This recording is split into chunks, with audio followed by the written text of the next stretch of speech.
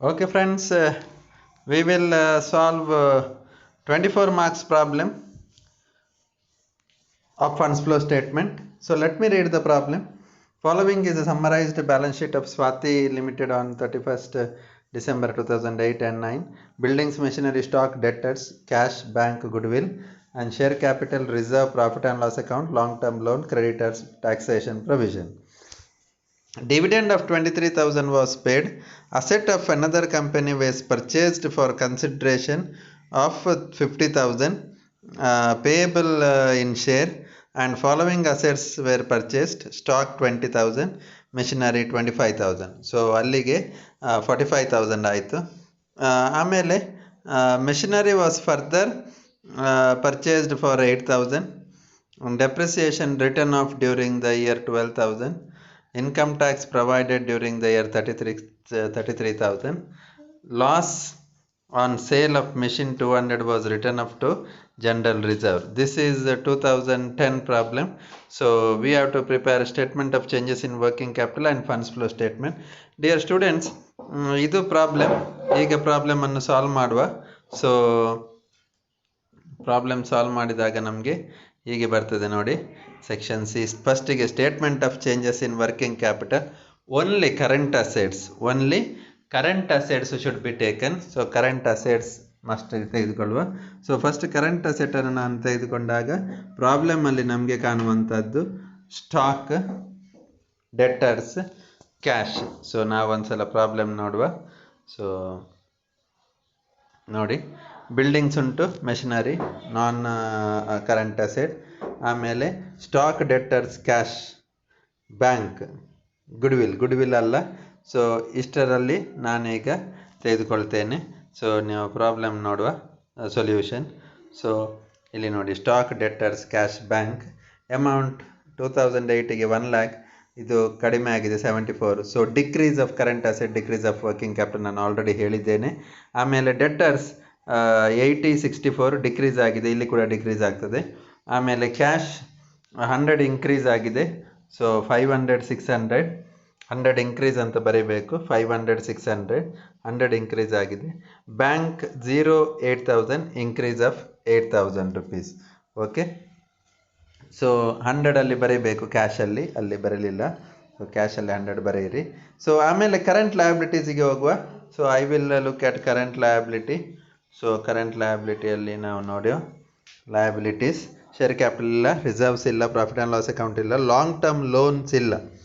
ಆಮೇಲೆ ಕ್ರೆಡಿಟರ್ಸ್ ತೆಗೆದುಕೊಳ್ಬೇಕು.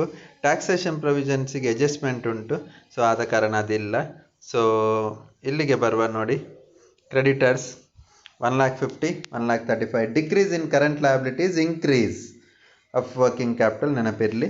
ಸೊ ಇದನ್ನು ಟೋಟಲ್ ಮಾಡಿ ನೋಡಿ, ಇಲ್ಲಿ 22,900 ಆಗಿದೆ. ಅಂದರೆ ಅದು 500 600 ಇದು 100. ಓಕೆ, ಸೊ ಕ್ಯಾಶ್ ಇದು ಇನ್ಕ್ರೀಸ್ ಆದದ್ದು. ಸೊ ಇದು ಒಂದು ಸೈಡ್ ಆಗ್ತದೆ ನಿಮಗೆ. ಆಮೇಲೆ ಇನ್ನೊಂದು ಸೈಡ್ ಡಿಕ್ರೀಸ್ ಟೋಟಲ್ ಮಾಡಿ. ಅದೇ ರೀತಿ ಕರೆಂಟ್ ಅಸೆಟ್ಸಿಂದ ಕರೆಂಟ್ ಲಯಬಿಲಿಟೀಸನ್ನು ಮೈನಸ್ ಮಾಡಿ. ಸೊ ಅದು ನೆಟ್ ವರ್ಕಿಂಗ್ ಕ್ಯಾಪಿಟಲ್ ಆಗ್ತದೆ 30,000 ಮತ್ತು 11,600. ಸೊ ಈಗ ನಾವಿಲ್ಲಿ ಡಿಕ್ರೀಸ್ ಕಾಣ್ತಾ ಇದ್ದೇವೆ ವರ್ಕಿಂಗ್ ಕ್ಯಾಪಿಟಲಲ್ಲಿ. ಅದೇ ರೀತಿ ಇಲ್ಲಿ ಕೂಡ ನೋಡಿದಾಗ ನಮಗೆ ಹಾಗೇ ಕಾಣ್ತದೆ, ಇನ್ಕ್ರೀಸ್ ಕಡಿಮೆ, ಡಿಕ್ರೀಸ್ ಜಾಸ್ತಿ. ಸೊ ಇದು ಈಗ net decrease in working capital, ಇದರ ಡಿಫ್ರೆನ್ಸ್. ಓಕೆ, ಇದರ ಡಿಫ್ರೆನ್ಸ್ ನಮಗೆ 18,900. ಸೊ ಇದು ಫಸ್ಟ್ ಸ್ಟೇಟ್ಮೆಂಟ್ ಆಗ್ತದೆ. ನೆಕ್ಸ್ಟ್ ನಾವೇನು ಮಾಡಬೇಕಂದ್ರೆ ಫಂಡ್ಸ್ ಫ್ಲೋ ಸ್ಟೇಟ್ಮೆಂಟ್ ಪ್ರಿಪೇರ್ ಮಾಡಬೇಕು. ಅದಕ್ಕೆ ಫಂಡ್ಸ್ ಫ್ರಮ್ ಆಪರೇಷನ್ಸನ್ನು ನಾವು ಫೈಂಡ್ ಔಟ್ ಮಾಡಬೇಕು. ಬಟ್ ಅದನ್ನು ಮಾಡುವುದರ ಮೊದಲು ನಮಗೇನು ಬೇಕಂದರೆ ಬೇರೆ ಬೇರೆ ಅಕೌಂಟನ್ನು ಮಾಡಬೇಕು, ಅಡ್ಜಸ್ಟ್ಮೆಂಟ್ ಇರುವಂಥ ಅಕೌಂಟ್. ಸೊ ನಾವು ಅಕೌಂಟನ್ನು ಮಾಡುವ. ಸೊ ಲಯಬಿಲಿಟೀಸಲ್ಲಿ ಫಸ್ಟ್ ಐಟಮ್ ಕ್ವಶನ್ ಪೇಪರಲ್ಲಿ ನೋಡಿದಾಗ ನಿಮಗೆ ಬರುವಂಥದ್ದು ಶೇರ್ ಕ್ಯಾಪಿಟಲ್. ಸೊ ಶೇರ್ ಕ್ಯಾಪಿಟಲನ್ನು ಬ್ಯಾಲೆನ್ಸನ್ನು ಹಾಗೆ ಬರೀಲಿ. 2,50,000 ಓಪನಿಂಗ್ ಬ್ಯಾಲೆನ್ಸ್ ಮತ್ತು ಕ್ಲೋಸಿಂಗ್ ಬ್ಯಾಲೆನ್ಸ್. ಅದು ಕ್ಲೋಸಿಂಗ್ ಬ್ಯಾಲೆನ್ಸ್ ಕೆಳಗಡೆ ಬರೀಬೇಕು actually. So balance brought down 2 lakh ಮತ್ತು ಕ್ಲೋಸಿಂಗ್ ಬ್ಯಾಲೆನ್ಸ್ ಅಂದರೆ ಪ್ರೀವಿಯಸ್ ಇಯರ್ದು ಮತ್ತು ಕ್ಲೋಸಿಂಗ್ ಇದರದ್ದು. Correct, 2 lakh balance carry down ಆಗ್ತದೆ. ಇಲ್ಲಿ 2 ಬ್ಯಾಲೆನ್ಸ್ ಬ್ರಾಟ್ ಡೌನ್. ಕ್ರೆಡಿಟ್ ಸೈಡಲ್ಲಿ ಬರೀಬೇಕು, ಯಾಕಂದರೆ ಕ್ರೆಡಿಟ್ ಇದು. ಸೊ ಈಗ ಅಲ್ಲಿ ಅಡ್ಜಸ್ಟ್ಮೆಂಟ್ ಉಂಟು, ನಾವು ನೋಡಿದೆವು. Machinery and goodwill is purchased by share capital ಅಂತ. ಸೊ ಶೇರ್ ಕ್ಯಾಪಿಟಲ್ ಅಂತ ನೋಡಿದೆವು. ಸೊ ಇದರಲ್ಲಿ ಮೆಷಿನರಿ ಅಲ್ಲಿ ಕೊಟ್ಟಿದ್ದಾರೆ 25,000 ಅಂತ, ಸ್ಟಾಕ್ ಕೊಟ್ಟಿದ್ದಾರೆ 20,000 ಅಂತ. ಅಡ್ಜಸ್ಟ್ಮೆಂಟಲ್ಲಿ ನೋಡಿ ನಿಮಗೆ ಶೇರ್ ಕ್ಯಾಪಿಟಲ್ ಅಂತ ಬಂದು ಒಂದು ಅಡ್ಜಸ್ಟ್ಮೆಂಟ್ ಬರ್ತದೆ. ಸೊ ಅದು 25,000, ಸ್ಟಾಕ್ 20,000. ಈಗ ಅಲ್ಲಿ ಉಳಿದದ್ದು ನಮಗೆ ಹೇಳಲಿಲ್ಲ. ಓಕೆ, ನಾನು ನಿಮಗೆ ಅಡ್ಜಸ್ಟ್ಮೆಂಟ್ ತೋರಿಸ್ತೇನೆ. ಸೊ ಇಲ್ಲಿ ಬರ್ತದೆ ನೋಡಿ, ಇಟ್ ಈಸ್ ಥರ್ಡ್ ಅಡ್ಜಸ್ಟ್ಮೆಂಟ್ ಅಲ್ಲ, ಓಕೆ, ಇಲ್ಲಿ ಬರುವ ಒಂದು second adjustment. Assets of another company was purchased in consideration of 50,000 payable in share ಅಂತ ಕಾರಣ ನಾವು ಕ್ಯಾಶ್ ಕೊಡೋದಿಲ್ಲ, ಶೇರ್ ಕ್ಯಾಪಿಟಲ್ ಕೊಡ್ತೇವೆ. ಸೊ ಸ್ಟಾಕ್ 20 ಮತ್ತು ಮೆಷಿನರಿ 25, ಸೊ 45 ಆಯಿತು. 5,000 ಉಳಿಯುತ್ತದೆ.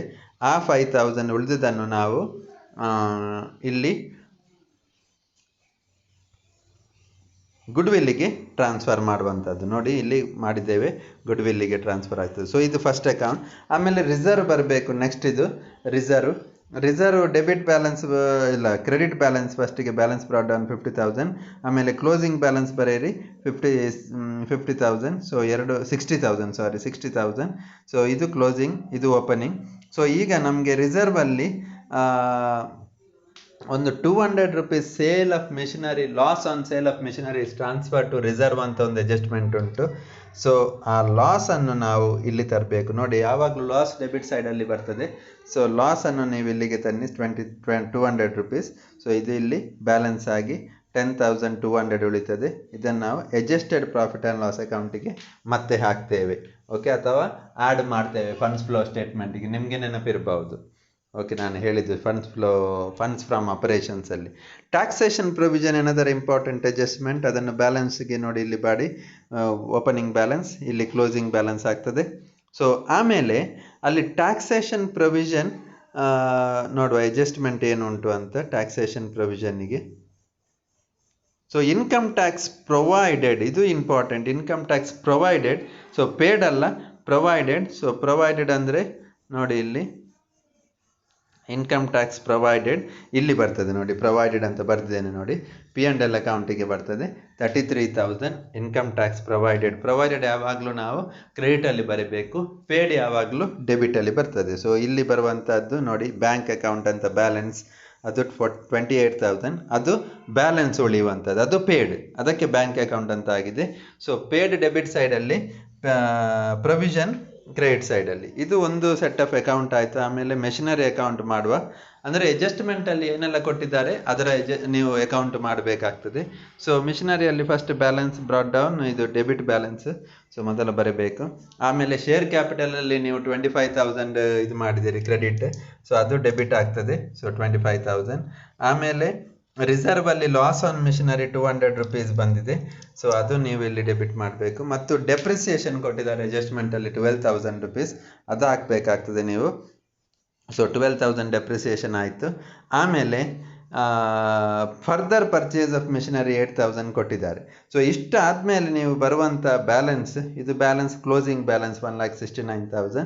ಈಗ ನಿಮಗೆ 1,800 ಬ್ಯಾಲೆನ್ಸ್ ಬರ್ತದೆ, ಅದು ಸೇಲ್ ಅಂತ ಬರ್ತದೆ ಲೆಫ್ಟ್ ಹ್ಯಾಂಡ್ ಸೈಡಿಗೆ. ರೈಟ್ ಹ್ಯಾಂಡ್ ಸೈಡಿಗೆ ಬರುವಾಗ ಲೆಫ್ಟ್ ಹ್ಯಾಂಡ್ ಸೈಡಲ್ಲಿದ್ದರೆ ಪರ್ಚೇಸ್ ಅಂತ ಬರ್ತದೆ. ಸೊ ಪರ್ಚೇಸ್ ಅಥವಾ ಸೇಲ್, ಇದು ನಮಗೆ ರೈಟ್ ಹ್ಯಾಂಡ್ ಸೈಡಲ್ಲಿದ್ದ ಕಾರಣ, ಕ್ರೆಡಿಟಲ್ಲಿದ್ದ ಕಾರಣ ಸೇಲ್ ಆಗ್ತದೆ 1,800. ಸೊ ಈ ರೀತಿ ನಾವು ಒಂದು ಏನು ಅಕೌಂಟನ್ನು ಪ್ರಿಪೇರ್ ಮಾಡಬೇಕಾಗ್ತದೆ. ಆಮೇಲೆ ಈಗ ಫಂಡ್ಸ್ ಫ್ರಮ್ ಆಪರೇಷನ್ಸ್ ಕ್ಯಾರಿ ಮಾಡೋ, funds from operation, funds flow of operation ಅಲ್ಲ, ಫಂಡ್ಸ್ ಫ್ರಮ್ ಆಪರೇಷನ್. ಇದಕ್ಕೆ ನಾವು ಮೊನ್ನೆ ನಾವು ನೋಡಿದ್ದೇವೆ. Net profit for the year, ಫಸ್ಟಿಗೆ ನೀವು 500 ಇದು ಪ್ರಾಫಿಟ್, ಇದು P&L ಅಕೌಂಟ್, ಇದು ಡಿಫ್ರೆನ್ಸ್ ನೋಡಿ ಎಷ್ಟು ಉಂಟು ಅಂತ, ಅದನ್ನು ನೋಡಿ ಹಾಕಬೇಕು ಡಿಫ್ರೆನ್ಸನ್ನು. ಆಮೇಲೆ ಎಲ್ಲ ನಾನ್ ಆಪರೇಟಿಂಗ್ ಎಕ್ಸ್ಪೆನ್ಸಸ್ ನಾನು ಹೇಳಿದ್ದೇನೆ ಆಗಲೇ. ನೀವು ರಿಸರ್ವ್ ಅಕೌಂಟ್ ಪ್ರಿಪೇರ್ ಮಾಡಿದ್ದೀರಿ, ಆ ರಿಸರ್ವಲ್ಲಿ transfer to reserve. Taxation paid ಅಲ್ಲ, ಪ್ರೊವೈಡೆಡ್, ಟ್ಯಾಕ್ಸೇಷನ್ ಪ್ರೊವೈಡೆಡ್ ಹಾಕಬೇಕು, ಅದು ಅಕೌಂಟಲ್ಲಿ ಉಂಟು. ಡೆಪ್ರಿಸಿಯೇಷನ್ ಕೂಡ ನಮಗೆ ಅಡ್ಜಸ್ಟ್ಮೆಂಟಲ್ಲಿ ಉಂಟು, 12,000 ಹಾಕಬೇಕು. Depreciation on building, so building ನೀವು ಇದರಲ್ಲಿ ನೋಡಿ ಪ್ರಾಬ್ಲಮಲ್ಲಿ. ಸೊ ಬಿಲ್ಡಿಂಗಲ್ಲಿ 2 lakh ಮತ್ತು 1,90,000 ಉಂಟು. ಸೊ 10,000 ಅಂತ ಬರ್ತದೆ ಡಿಫ್ರೆನ್ಸ್, ಅದು ಡೆಪ್ರಿಸಿಯೇಷನ್ ಆಗಿ ತೆಗೆದುಕೊಳ್ತೇವೆ. ಮತ್ತು ಡಿವಿಡೆಂಡಲ್ಲಿ ಕೊಟ್ಟಿದ್ದಾರೆ ಪ್ರಪೋಸ್ಡ್ ಅಂತ, ಸೊ ಅದನ್ನು ಇಲ್ಲಿ ನೀವು ಹಾಕಬೇಕು 23,000. ಹೀಗೆ ನಮಗೆ ನಾನ್ ಆಪರೇಟಿಂಗ್ ಎಕ್ಸ್ಪೆನ್ಸಸ್ ಆ್ಯಡ್ ಆಗ್ತದೆ ಮತ್ತು non operating income. I think income ಯಾವುದು ಇಲ್ಲ ಅಂತ ಕಾಣ್ತದೆ. ಸೊ 88,000 ನಮಗೆ ಫಂಡ್ಸ್ ಫ್ರಮ್ ಆಪರೇಷನ್ ಬಂತು. ಸೊ ಈಗ ಮಾಡುವಂಥದ್ದು ನಾವು final statement, funds flow statement.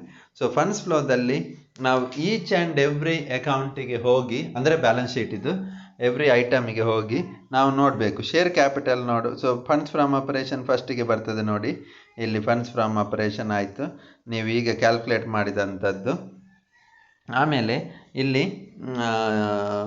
Stock increase ಆಗಿದೆ ನೋಡಿ, ಅಲ್ಲಿ ಆ ಸ್ಟಾಕ್ ಇನ್ಕ್ರೀಸನ್ನು ನಾವು ಎಲ್ಲಿ ತೆಗೆದುಕೊಳ್ಳಿಲ್ಲ.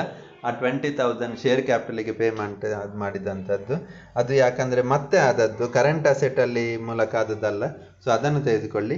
ಆಮೇಲೆ ಸೇಲ್ ಮಿಷಿನರಿ, ಸೋರ್ಸಸ್ ಅಂದರೆ ನಿಮಗೆ ಹಣ ಬರುವಂಥದ್ದು.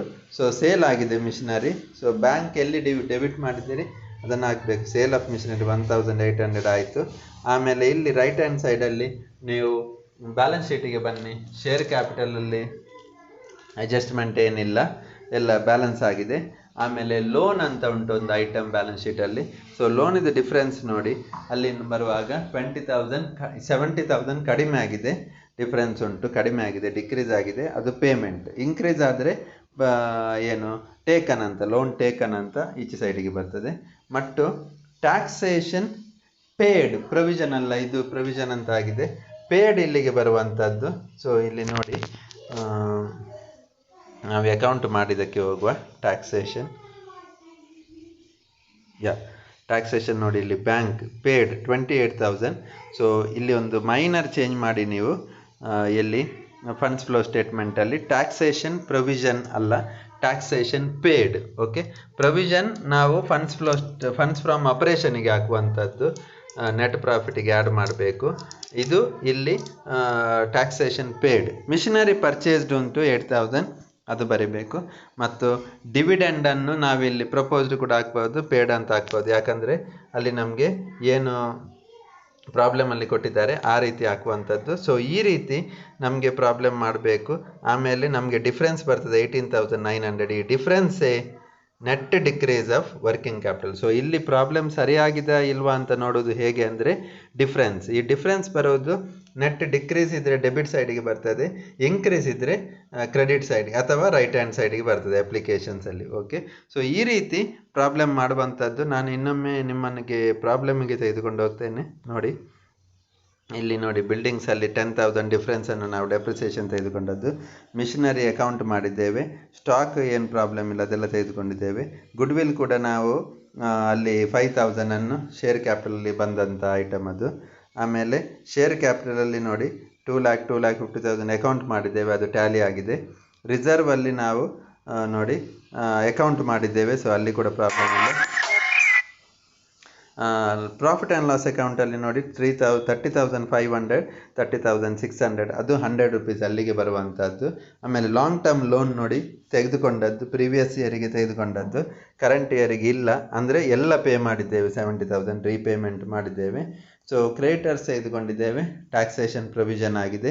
ಡಿವಿಡೆಂಡ್ ಪೇಡ್ ತೆಗೆದುಕೊಂಡಿದ್ದೇವೆ, ಎರಡು ಕಡೆ, ಒಂದು statement of changes, funds from ಆಪರೇಷನ್ಸಲ್ಲಿ, ಮತ್ತೊಂದು ಫಂಡ್ಸ್ ಫ್ಲೋ ಸ್ಟೇಟ್ಮೆಂಟಲ್ಲಿ. ಮತ್ತು ಅಸೆಟ್ಸ್ ಆಫ್ ಅನದರ್ ಕಂಪನಿ ನಾವು ಅಡ್ಜಸ್ಟ್ಮೆಂಟಲ್ಲಿ ತೆಗೆದುಕೊಂಡಿದ್ದೇವೆ, ಮೆಷಿನರಿ ಇದೆಲ್ಲ ಶೇರ್ ಕ್ಯಾಪಿಟಲಲ್ಲಿ. Machinery was further purchased, machinery ತೆಗೆದುಕೊಂಡಿದ್ದೇವೆ. Depreciation return of income tax provided ನಾವು ತೆಗೆದುಕೊಂಡಿದ್ದೇವೆ, ಎಲ್ಲಿ ಫಂಡ್ಸ್ ಫ್ರಮ್ ಆಪರೇಷನಲ್ಲಿ. ಪೇಡ್ ಎಲ್ಲಿ ತೆಗೆದುಕೊಂಡಿದ್ದೇವೆ, ಫಂಡ್ಸ್ ಫ್ಲೋ ಸ್ಟೇಟ್ಮೆಂಟಲ್ಲಿ. So loss on sale of machinery ಕೂಡ ಜನರಲ್ ರಿಸರ್ವಲ್ಲಿ ತೆಗೆದುಕೊಂಡು ಈ ರೀತಿ ನಾವು ಪ್ರಾಬ್ಲಮ್ ಮಾಡುವಂಥದ್ದು. This is 24 marks problem. Okay, so ಇದು ನಮಗೆ ಈಗ ಪ್ರಾಬ್ಲಮ್ ಆಗುವಂಥದ್ದು. Thank you.